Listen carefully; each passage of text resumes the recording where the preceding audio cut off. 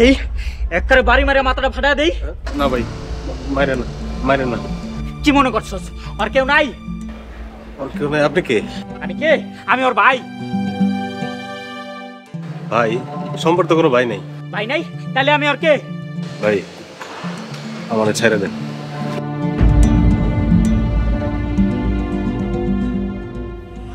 শুনেন, আপনি যেটা করতেছেন এটা ঠিক করতেছেন না, অন্যায় করতেছেন। ইনি আরেকজনের বিয়ে করা বউ, আরেকজনের স্ত্রীর লগে আপনি যেটা করতেছেন একদম ঠিক করতেছেন না। আর অন্যায়কারীর জন্য আল্লাহ তাআলা কঠিন শাস্তির বিধান রাখছেন। ঠিকই বলছেন। দেখেন, এখনো সময় আছে, তওবা করেন, আল্লাহর কাছে তওবা করে মাপ চান, সৎকর্ম করে খান, শান্তিতে জীবন কাটাইতে পারবেন। আপনার বোনের লগে যদি রাস্তাঘাটে এরকম করতো, দিনের পর দিন এরকম ব্যবহার করতো, আপনার কেমন লাগতো? সহ্য করতে পারতেন? ভাই আমি বুঝতে পারছি, আমার ভুল হয়ে গেছে, আমার মাফ করে দেন। জানেন,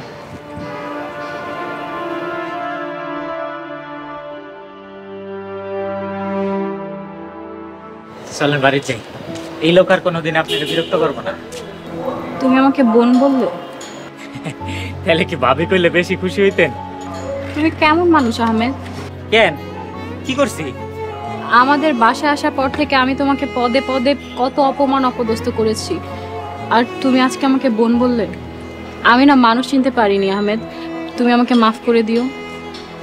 আরে হইছে হইছে, আমার কাছে মাপ চাওয়ান লাগবো না, মাপ চাইলে আল্লাহর কাছে চাই। এখন বাড়ি চলুন।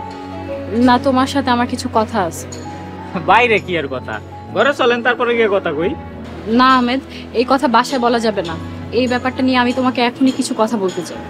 আচ্ছা শোনেন, আপনার আমি একটা কথা কই, আপনার মনের মধ্যে যদি অন্যায় না থাকে তাহলে আপনার ডরানোর কিছু নাই। চলেন বাড়িতে।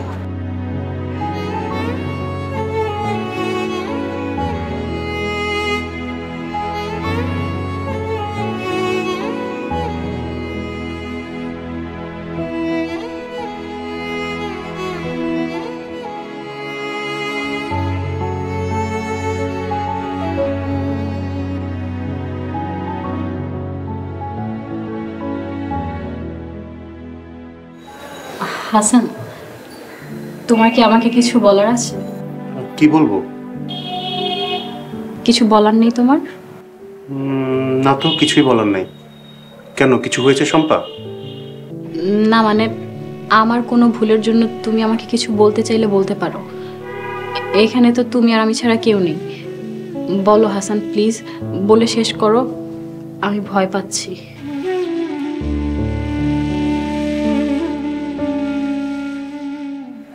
হ্যাঁ, বলার আছে। বলো প্লিজ। বলবো? প্লিজ হাসান বলো। আমি তোমাকে ভালোবাসি। I love you.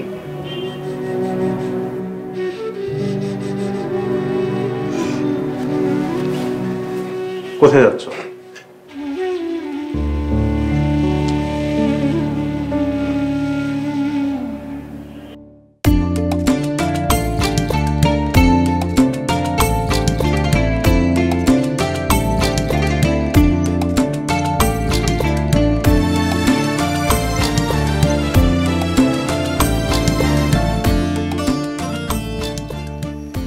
ভাবি, আপনি রান্না করতে আইছেন কে?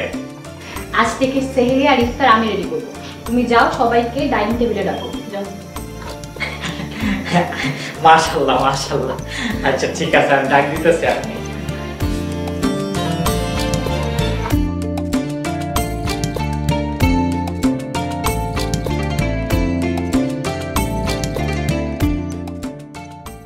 ভাইয়া, তুমি এখানে বসো।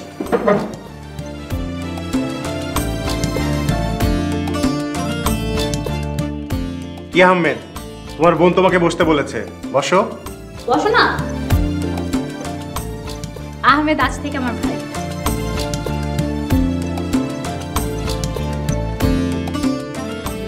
আগে যাও।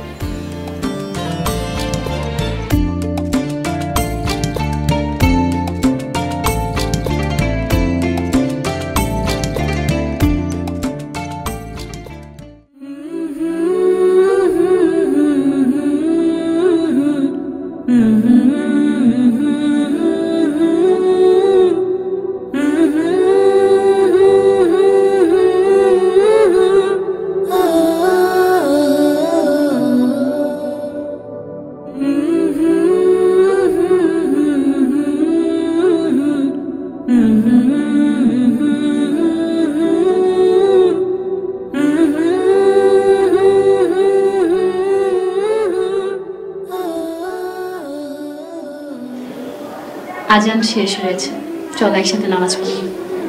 চলো।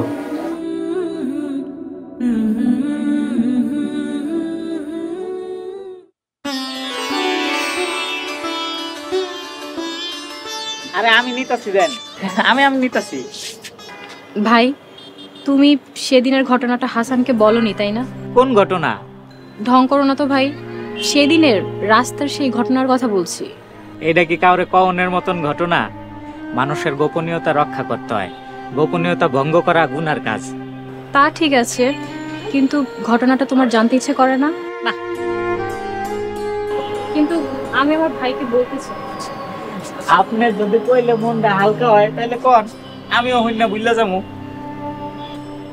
ঘটনাটা আমার আর হাসানের বিয়ের আগের। তখন আমি ভুল করে ওই জানোয়ারটাকে ভালোবেসেছিলাম। মানুষ হয়ে কখনো মানুষরা জানোয়ার কয়ে গালি দিতে হয় না, এটা গুনার কাজ। সরি ভাই। তারপর যখন আমি বুঝতে পারলাম টুটুল আমাকে ভালোবাসে না, আমি আর টুটুলের সাথে কোনো সম্পর্ক রাখিনি। এর কিছুদিন পর আমার পরিবার হাসানের সাথে আমার বিয়ে ঠিক করে। আমি রাজি হয়ে যাই।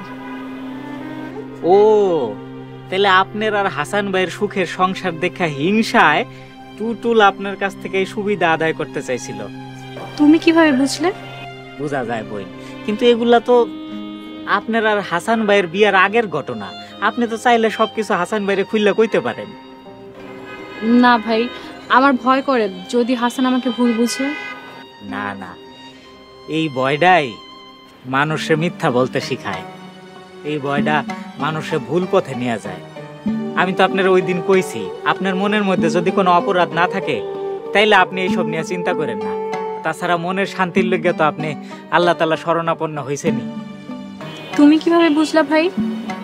বোঝা যায় বই, একজন মানুষ যখন আল্লাহ তাআলা শরণাপন্ন হয় তখন তার পরিবর্তন দেখলেই বোঝা যায়। আমি তোমার এত কঠিন কথা বুঝি না। আপনি এখন সময় মতো 5 ওয়াক্ত নামাজ পড়েন, শ্বশুর শাশুড়ির যত্ন নেন, স্বামীর খেদমত করেন, আপনার মনে শান্তি আইবই আইব। আপনার নেক কর্মের ফল আল্লাহ তাআলা দিবেন ইনশাআল্লাহ। আমি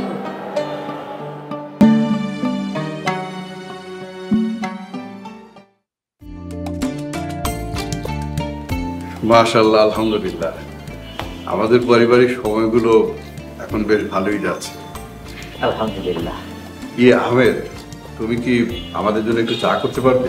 অবশ্যই পারুন। আমেন ভাই, চা আমি বানাবো, তুমি এখানে সবার সাথে বসে গল্প করো। আচ্ছা। আল্লাহ আমাদের পরিবারের সুখ ফিরিয়ে দিয়েছেন। হ্যাঁ, আল্লাহ মহান। আর এই সব কিছু সম্ভব হয়েছে আমাদের আহমেদের উসিলাই। হ্যাঁ, ঠিকই বলেছ হাসান। আহমেদ আমাদের বাড়িতে আসার পর থেকে আমার ভেতর কেমন যেন মনে হচ্ছে আমরা একটা ঘোর অন্ধকার থেকে মুক্তি পেয়েছি। না না, আমি তো খালি ইসলামের বার্তাটা আপনাদের কাছে পৌঁছায় দিছি। তাই আপনি করে দেখে আমার খুব ভালো লাগতেছে, শান্তি লাগতেছে বড়, যে আপনারা পরিবারের সবাই মিলে এখন সুখে আছেন। কারণ আমাদের ঘরে ইসলামের আলো এসেছে বাবা। এখন থেকে আমরাও ঘরে ঘরে ইসলামের আলো পৌঁছে দেব ইনশাআল্লাহ। ইনশাআল্লাহ।